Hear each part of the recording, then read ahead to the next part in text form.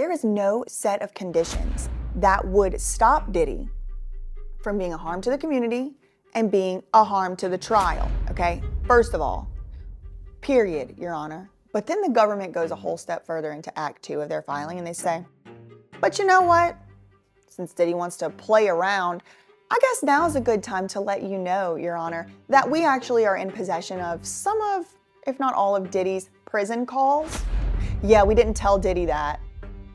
Boom. So like Friday night at midnight, Diddy ends up finding out that the government has been receiving his calls. And when I say receiving his calls, I mean the recordings from him talking on the phone.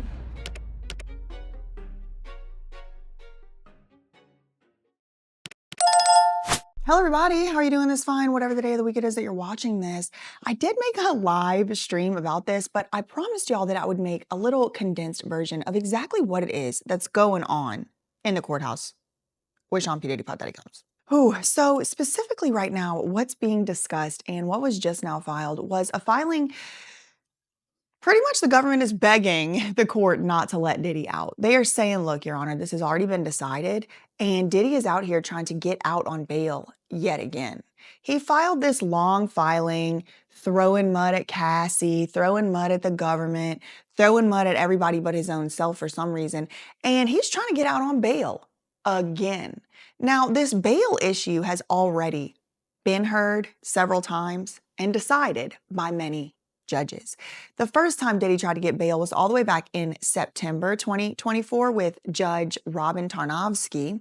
Judge Robin Tarnowski ended up deciding and finding in court that Diddy was dangerous to the community and he was a risk to the outcome of the trial because of allegations with some evidence presented of witness intimidation, evidence tampering, like deleting text messages, obstructing justice, all kinds of things, right? The flight risk thing did also come up, right? He has a plane, he has big incentive to leave the country or disappear. So Diddy's bail was denied by Judge Robin Tarnowski in September 2024. But then like the very next day, it was appealed and there was another hearing, a little bit of an appeal on it. Again, same thing happened. Diddy was denied bail. The reasons that the judge decided in that appeal to deny bail were the same. He's a danger to the community and the safety of others. They cited things like arson, kidnap, violence against people, threats, things like that. Not only is he a danger against the community and the safety of others, but he is a danger and a risk, according to Judge Carter, that appeals judge, of affecting the outcome of the trial. Witness intimidation, evidence tampering, etc. Diddy, of course, appealed it again. Y'all, this is just a rehash of what has already happened. And then it got to another court. It was denied again. And then now it's kind of sitting and waiting at the next level appeals court. So that one's sitting and waiting because Diddy was like, I have all this new evidence that I got during discovery. And because I got all this new evidence, Your Honor, you need to reconsider my bail. And so he did file a filing. And that's what kind of leads us to what we're here to discuss. So under the Bail Reform Act, detention is presumed. That means it's pretty much assumed that the person is definitely going to be held in jail pending their trial. So for Diddy, for example, he was charged with 3 different things. One of the things he's being charged with is ST for King, if you know what I mean. This is one of those charges under the Bail Reform Act that you're presumed you're going to jail. You're going to be sitting in the jail. The reason for this is because it is a particularly egregious type of activity. All right. So they're saying, look, no. The government's saying no. He's charged with ST. And there's no possible combination of conditions that we could possibly put together. There isn't an ankle monitor, voice-to-skull brain scanning technology out there and available, Your Honor, that's going to make this man not be a danger to the community, as safety of others, and not be a danger to this trial. So the government in this 190-page filing that just hit the docket on Friday night at 11-something p.m., they had until the November 15th date to file something, y'all. They filed it right before midnight on the 15th. And so really we found out about it on like a Saturday. 190 pages, and 30 of the pages are just arguments, right? Well, Diddy has, like I said, proposed again to be let out on bail. He wants to be let out on bail. He's come up with a new package, and he's come up with some new arguments, or so he claims.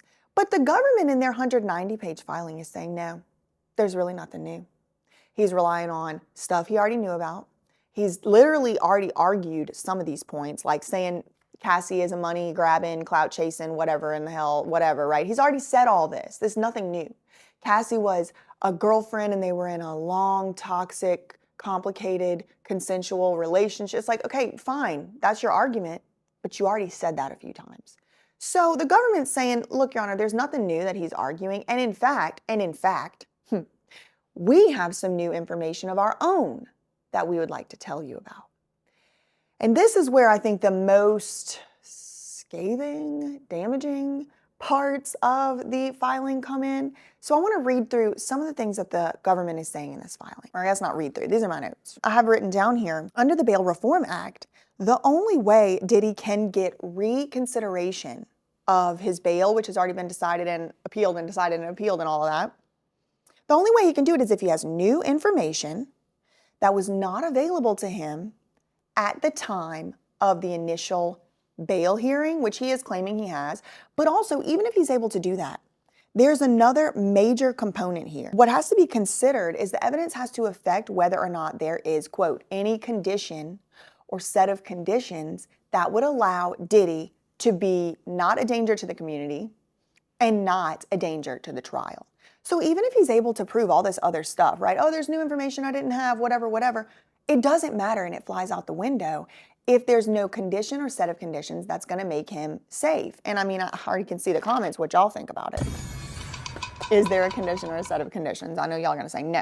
They mention victim 1 in this filing, which is largely presumed to be Cassie, because they say things like, you know, victim 1 was in a 10-year relationship with Diddy, and victim 1, you know, was on camera in the CNN footage and this, that, and the other in the hotel, right? So people are assuming, and I'm assuming, victim 1 is Cassie.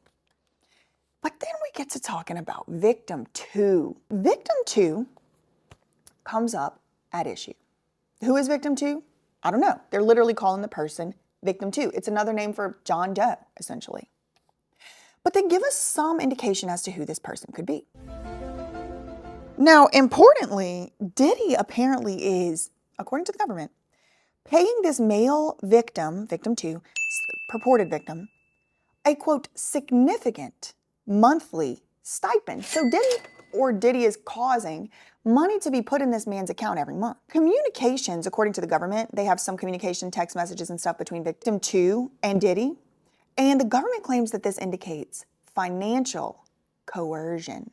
Apparently, they've gotten a hold of some text messages that are like, Diddy's kind of saying, you know, I'm not going to keep giving you this financial money unless you adopt the version or the narrative of the story of what our relationship is. Because Diddy and his lawyer, Mark Agnifilo, are taking big issue with the fact that the government is calling this person a victim, victim 2. Diddy's like, that's not a victim. That's not a victim. And a lot of this stuff's redacted, you know, those big black bars. The government's like, okay, regardless of whether or not Diddy thinks the man is a victim or not, the point remains, all of the evidence we have, and also that victim is getting paid monthly, a significant, substantial stipend from Diddy. And we also have text messages that show that this person maybe does think they are a victim of Diddy. And they quote this, I'll put it in the footnote here, I'll edit it here, but it's like, I'm paraphrasing off of memory right now. The guy is saying like, you know, Diddy is threatening to expose or to leak my sex tapes. And the person says, you know, the ones where I was heavily drugged and doing things in the tapes that Diddy was directing me to do. He also was discussing victim 2 an sexual trauma. And so the government's like, okay, whether Diddy or not wants to believe that person is a victim or not, the point remains he's paying that person a lot of money every month. And the person's story seems to have changed ever since he's been getting this significant, substantial monthly stipend. Now, we also meet 2 other people in this filing, and that is Jane Doe and John Doe again, but they're called Witness 1 and Witness 2. Now, Witness 1 is a male, and he was a witness in the grand jury proceedings. Now, according to the government's filing, this witness 1 was subpoenaed to the grand jury in June 2024. So he got his subpoena, he got his paper. Hey, we need you to come to the grand jury, okay? Diddy, according to the government, had ignored this person's communications for like over a year up till that point. A witness 1 had reached out to Diddy from the end of 2022 all the way through the beginning of 2024, and Diddy did not respond. It was not until, according to the government's filing, after that person who Diddy had kind of ghosted for over a year was subpoenaed to the grand jury the same month, June 2024, Diddy's back in contact with this person. And now Diddy's saying, we go, but that's my friend. We talk a lot, that's my friend. But the government's like, yeah, sure it is. So the government is saying not only all that, but Diddy also apparently has deleted from his phone text communications between witness 1 and himself. Now, they say this person, witness 1, was subpoenaed to testify at the grand jury secret, proceedings or whatever. And that happened June 19th. By a week from that date, June 25th, this person had been appointed counsel. So the government gave them a free lawyer, which brings all kind of questions up to me. Like, is this perhaps an unindicted co-conspirator who's being appointed counsel? Is this someone who's under investigation as well? I don't know why. I don't know, maybe everybody who testifies before a grand jury gets appointed a lawyer, but I certainly never heard of that. Would be news to me. I'll say that. Well, this person had a lawyer and was appointed one by the government, but despite that, the government says Diddy still remained in contact with this person. First, initially, Diddy was calling the person's wife, and then the next day or eventually, Diddy communicated directly with the person using an unauthorized, whatever they call it, VOID, whatever, voice messaging app, basically, or voice app. Now, they're also saying Diddy's lawyer spoke directly with this person. And this is very important because there's a footnote where they're reminding us in this filing, Diddy's lawyer, Mark Agnifilo, he stood right there in that judge's face in September and said, Diddy did not contact any grand jury witnesses. He would never do that. I wouldn't let him do it. Could never, would never, should never, and all that. And it's like, well, according to the government, he sure did. And you had Mark Agnifilo going, I'm asking you to trust me, Your Honor. I'm asking you to trust my client and all of that. And it's like, Mark Agnifilo stood right there in that judge's face and said, my client has enough sense to know. He's got the good sense not to do that. And sure enough, here's the government saying, well, apparently he don't. Because he was in communication with this grand jury witness a lot. They said he communicated with him directly on the VoIP service. He reached out to his wife initially.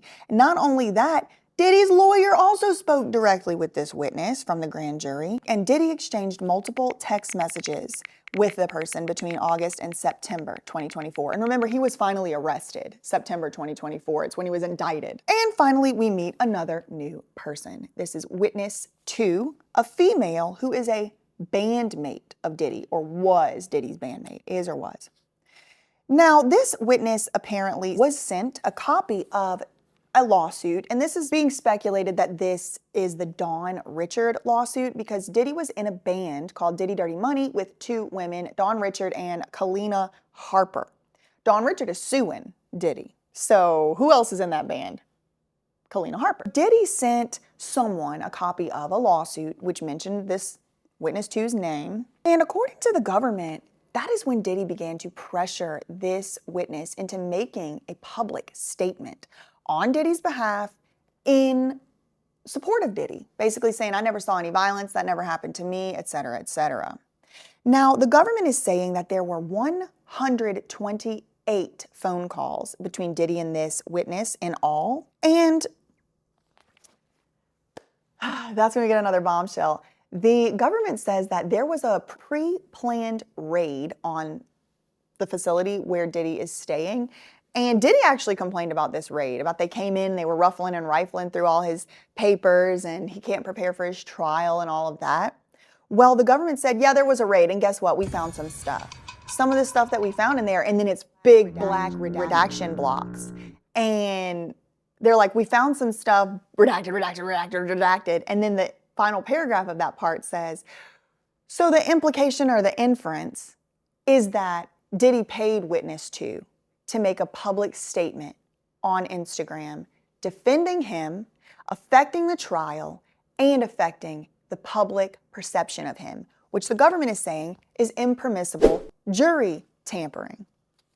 Now, there's a couple other points the government makes, like, all right, Your Honor, remember all this stuff that was already talked about, already decided? All of those are good enough reasons to keep the man in jail because there is no set of conditions that would stop Diddy from being a harm to the community and being a harm to the trial, okay? First of all, period, Your Honor. But then the government goes a whole step further into Act 2 of their filing and they say, but you know what?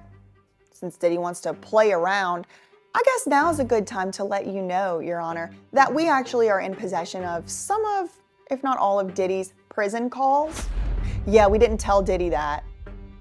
Boom. So like Friday night at midnight, Diddy ends up finding out that the government has been receiving his calls. They started in October receiving, and when I say receiving his calls, I mean the recordings from him talking on the phone. Which does raise issues, right? Like there were a bunch of leaked calls going around. I've been calling them AI, but now it's like, were they AI? They do sound like AI to me. I do kind of think they are. But the government is saying that there's all these unauthorized contacts. There's all kinds of stuff that they have found Diddy doing in jail right now in the facility. They're like, Your Honor, you can't let the man out. He's in here doing this stuff in the facility. What do you think he's going to do when he's at his own house? Being guarded by his own private security guards, please. Now, the government does list 3 different types of ways that Diddy is breaking the rules of the prison. First of all, he's using, allegedly, up to 8 other inmates' PAC or phone access code numbers, and he's directing money to be sent to either their commissary accounts or through payment processing apps. Another way the government contends that Diddy is unlawfully interfering with the trial and also breaking the prison rules is that he is doing these unauthorized 3-way calls. So he has his list of people who he's allowed to call on the approved list. He'll call one of them, sometimes from someone else's number, right? Someone else's PAC number that's not connected to him. And then he'll get like say his kid or something on the phone. And he'll be like, oh, call so-and-so on the phone real quick. And then they're all on this 3-way call.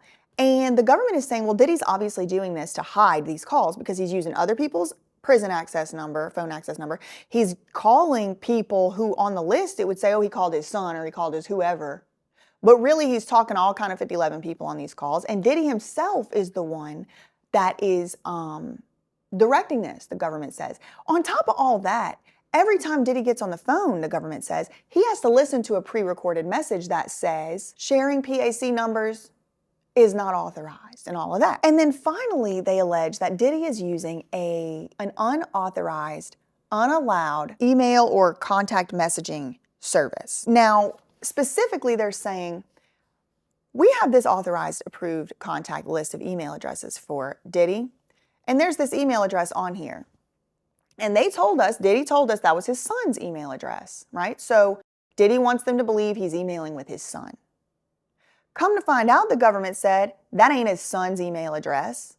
That's his email address. And he's emailing people from inside the prison from the email address or the jail. And they're saying, look, Your Honor, if all of this is going on and he's inside the highly restricted, I mean, isn't he in solitary confinement and he's able to do all of this? They're even saying he has other inmates effectuating his bidding. And the final big allegation that the government makes against Diddy is that he is actively attempting to interfere with the outcome of the trial by putting together a public narrative. The government says that on Diddy's birthday, he orchestrated that whole little sit together and sing and lick the icing off the finger and the cake and the daddy, miss you, happy birthday to daddy, and all of that. The government is saying that was very carefully orchestrated and directed by Diddy. And then as soon as the video aired that very same day, Diddy was checking in on the analytics and the engagement of the video. Diddy was looking at the likes, looking at the shares, and trying to direct a PR strategy to push this information out there. The government is saying that Diddy is saying he wants to taint the jury pool. He wants to affect the outcome of public perception for the purpose of affecting the outcome of this trial. And so for those reasons, the government is saying, keep him locked up, and Your Honor, throw away the key. They were saying he was threatening to release private information anonymously. He was threatening to leak videos publicly. I don't know. But I do think, Diddy always had a very difficult uphill battle. And it all comes down to that charge of ST. Because he's charged with ST, there's a presumption that he has to be in jail. And Diddy hasn't overcome that presumption. He hasn't given enough evidence that he really is a safe person, and he is not going to try and affect the outcome of this case. And now in this very case, the government seems to be offering evidence that Diddy is doing that in this case as well, and not just in the past. So ain't looking good for him as far as getting out. I think they might need to hang this argument up and just move on to trying to prepare for the trial moving forward. Okay, also one final thing I forgot to say in the video, this is Diddy's second attempt at bail. The government obviously responded. Now Diddy has until Wednesday, November 20th, to respond. So he gets an opportunity to respond back to the government again. So we'll probably see a filing on Wednesday and we'll go over it. Later that day. And as of a couple hours ago, Mark already filed a 2-page letter back in response to the government. I don't know if that's going to count as his required response back by Wednesday. He may get another one. Now, I will be going over the filing that Mark Agnifilo just made in one of my next 1 to 3 videos. And that's all I really had for today. In the meantime, facts ain't defamation, and neither is reading from the public lawsuit, girl. Love you, Meanie. Okay, bye. Welcome into my world. You're playing my game. Thought that you could come up and they're fitting off of my knee. Talking out the side of your neck like you're insane. Cortisol levels to the roof. Inflame. Kids these days so shameless. Selling out real friends for a paycheck. Mama didn't teach them no home training. Wanna be me so bad, but they failing. Step to the plate though. I'll take a challenger. I ain't scared of no low life scavenger. I should warn you though, if you haven't heard, I ain't no Colleen ukulele ballanger. Shots been fired. Wanna tell that? Say it to my face though. Now behind my back. Won't be long till you share it in the group chat. And when I call you up, you're gonna backtrack. And you should've kept my name out your mouth. As we go, how it all turned out.